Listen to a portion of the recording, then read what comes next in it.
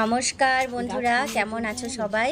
মৌসুমীর break স্টোরির আরেকটি গল্পে তোমাদের সাদর আমন্ত্রণ জানাই। তো আজকের ব্রেক স্টোরি গল্পটা আমার বিকেল থেকে শুরু। বিকেলের এই যে আমার সুন্দর ছাদের গাছ, আগে কি করলাম, এই যে বাটিতে দেখছো গরম জল, এটা কিন্তু আমার বিকেলে ফ্রেশ মাইন্ড করার জন্য। কি বানাচ্ছি সবই দেখতে পাবে তোমরা।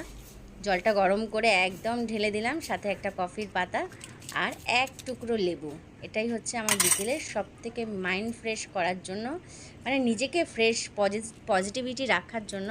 সারা রাতটা আমার তো অনেকটাই কাজ থাকে, ফেসবুক বলো ইউটিউব বলো, তো সেই কারণেই আমাকে এই কফিটা নিতে হয়।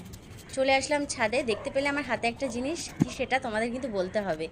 কি ফল ওটা? একটু স্পিডে আছে কিন্তু তাও প্লিজ বলো। বিকেলটা দেখো কি সুন্দর ওয়েদার, কফি হাতে নিয়ে বসে পড়েছি, সাথে তোমাদের সাথে একটু গল্প।